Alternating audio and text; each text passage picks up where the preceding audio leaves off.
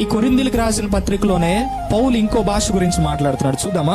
14వ అధ్యాయంలో మనం చూద్దాం. 14వ అధ్యాయం ఒకసారి 2వ వచనం చదువుదాం. ఎందుకనగా భాషతో మాట్లాడువాడు మనుషులతో కాదు, దేవునితో మాట్లాడుచున్నాడు. మనుషుడెవ్వడును గ్రహింపడు గాని వాడు ఆత్మ వలన మర్మములను పలుకుచున్నాడు. హల్లెలూయా. ఈ భాష గురించి పౌలు మాట్లాడుతున్నాడు. ఇదేం భాష అంటే మనుషులెవ్వడును గ్రహించడంట. మనుషులెవ్వడు ఇప్పుడు అన్య భాష మాట్లాడితే వేరే వాళ్ళకి అర్థమవుతుంది, కానీ ఈ పౌలు చెప్తున్న ఈ భాష గురించి, ఈ భాష మనుషులెవ్వడికి అర్థం కాదంట. ఈ భాష అని ఉంది కదా, ఇక్కడ ఈ మాట ఇంగ్లీష్ లో ఏమని ఉంటదంటే అన్నోన్ టంగ్, అంటే తెలియని భాష. మనుషులెవ్వడు గ్రహించడు.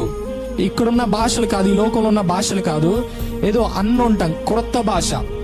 యేసు ప్రభు కూడా ఈ భాష గురించి చెప్తున్నాడు. ఎక్కడంటే మార్కు సువార్త 16వ అధ్యాయం 17వ వచనం. నమ్మిన వారి వలన ఈ సూచక్రియలు కనబడును. ఏమనగా నా నామమున దెయ్యములను వెళ్ళగొట్టుదురు. ఓకే, ఇక్కడ యేసు ప్రభు చెప్తున్న భాష ఏంటంటే క్రొత్త భాషలు మాట్లాడతారంట. భాషలు ఎవరికంటే కొంతమందికి మాత్రమే కాదు. భాషలు ఎవరికంటే ఈ క్రొత్త భాషలు నమ్మిన వాళ్ళందరికంట. హల్లెలూయా. ఎవరైతే యేసు ప్రభు నమ్మారో వాళ్ళందరూ భాషల్లో మాట్లాడగలరు. ఈ క్రొత్త భాషల్లో నమ్మిన ప్రతి ఒక్క వ్యక్తి భాషల్లో మాట్లాడగలరు. హల్లెలూయా.